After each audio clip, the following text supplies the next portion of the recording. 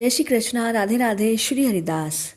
आप सभी को गुरु पूर्णिमा के पावन पर्व की हार्दिक शुभकामना। गुरुर ब्रह्मा गुरुर विष्णु गुरुर्देवो महेश्वरा गुरुर साक्षात परब्रह्मा तस्मै श्री गुरुवे नमः। श्री गुरुभ्यो नमः। श्री गुसाई जी परम दयाल श्री वल्लभाधीश की जय हो। आषाढ़ शुक्ल पूर्णिमा के दिन गुरु पूर्णिमा का पावन पर्व मनाया जाता है। गुरु पूर्णिमा व्यास पूर्णिमा के नाम से भी प्रसिद्ध है। महर्षि वेद व्यास का जन्म आषाढ़ पूर्णिमा को लगभग 3000 ईस्वी पूर्व में हुआ था। उन्हीं के सम्मान में हर वर्ष आषाढ़ शुक्ल पूर्णिमा को गुरु पूर्णिमा का पावन पर्व मनाया जाता है। गुरु पूर्णिमा के दिन शिष्य अपने गुरु का पूजन करते हैं और गुरु दक्षिणा देते हैं। हमारे सनातन धर्म में गुरु का स्थान देवता के समान होता है। तो आइए अब रसपान करते हैं गुरु पूर्णिमा की पौराणिक कथा का। पौराणिक कथाओं के अनुसार प्राचीन काल में हस्तिनापुर में गंगभट्ट नाम का एक मल्लाह रहता था। एक दिन उसे एक बहुत विशालकाय मछली मिली। वह उसे अपने घर लेकर आया।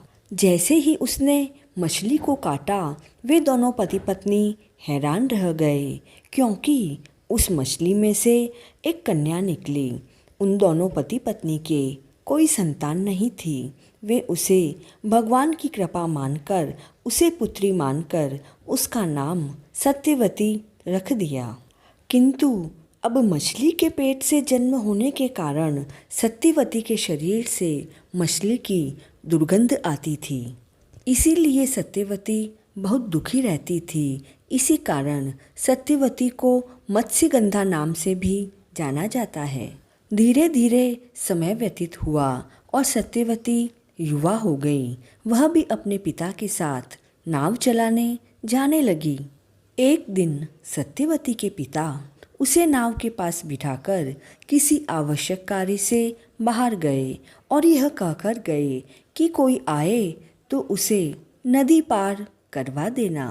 तब सत्यवती ने अपने पिता को निश्चिंत होकर जाने के लिए कहा।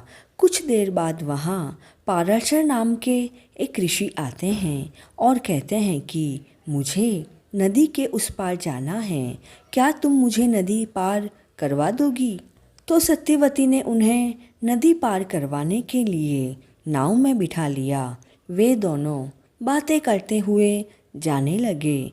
पाराशर ऋषि सत्यवती के सौंदर्य पर मोहित हो गए और वे सत्यवती से कहने लगे कि तुमसे गंधर्व विवाह करना चाहता हूँ। तब सत्यवती ने कहा, हे ऋषिवर, आप मुझसे हर तरह से उच्च हो और मैं आपसे कैसे विवाह कर सकती हूँ? और तो और मेरे शरीर में से सदैव मछली की बदबू आती रहती है। इस दोष के कारण भी आप भला मुझसे कैसे विवाह कर सकते हो? और जब सभी को मेरे गंधर्व विवाह के बारे में पता लगेगा तो मेरा तो बहुत अपमान हो जाएगा। अभी कुछ देर में ही मेरे पिताश्री आते होंगे। अगर वे मुझे आपके साथ देखेंगे तो यह बहुत ही अकल्पनीय और अनैतिक होगा।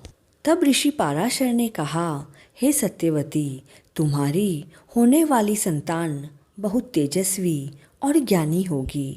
तुम संतान उत्पन्न होने के बाद भी एक कुंवारी कन्या की भांति ही रहोगी। तुम्हारे पास से मछली की दुर्गंध नहीं बल्कि कस्तूरी की खुशबू आएगी। अब ऋषि पाराशर का चमत्कार देखिए। उसी क्षण सत्यवती के शरीर से कस्तूरी की खुशबू आने लगी। यह देखकर वह अत्यंत प्रसन्न हुई। वह ऋषि पाराशर को उसका दोष खत्म करने के लिए धन्यवाद देने लगी और गंधर्व विवाह के लिए तैयार हो गई। समय आने पर सत्यवती को एक पुत्र हुआ जिसका नाम कृष्ण द्वापायन रखा गया। यही कृष्ण द्वापायन आगे चलकर वेद व्यास जी के नाम से प्रसिद्ध हुए। महाभारत काल में अपनी माँ के कहने पर महर्षि वेदव्यास ने विचित्रवीर्य की रानियों व एक दासी के साथ भी संभोग किया, जिससे पांडु, धृतराष्ट्र व विदुर का जन्म हुआ। वेद, उपनिषद व पुराणों जैसे ग्रंथों के रचयिता वेदव्यास जी को समस्त मानव जाति का गुरु माना जाता है। कई लोग इस दिन वेदव्यास जी द्वारा रचित ग्रंथों का पूजन और अध्ययन करते हैं। वेदों का विस्तार करने के कारण यह वेदव्यास जी के नाम से जाने जाते हैं। महर्षि वेदव्यास जी ने चारों वेदों के विस्तार के साथ ही 18 महापुराणों और ब्रह्मसूत्र का भी प्रणयन किया। महर्षि वेदव्यास जी महाभारत के रचयिता है। अब कथा को पूर्णता की ओर ले जाते हुए एक ही श्लोक याद आता है। गुरु गोविंद दोऊ खड़े, काके लागू पाँव, बलिहारी गुरु आपकी, गोविंद दियो बताए। आप सभी पर अपने गुरु भगवंत की कृपा बरसती रहे, इन्हीं शुभकामनाओं के साथ यह कथा पूर्ण होती है।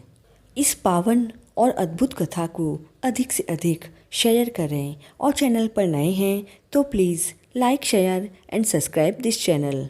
आप सभी की सुविधा के लिए भगवान सत्यनारायण की कथा का लिंक डिस्क्रिप्शन बॉक्स में दिया गया है। आप सभी पर अपने गुरुवर का आशीर्वाद बना रहे, इन्हीं मंगल कामनाओं के साथ जय श्री कृष्णा।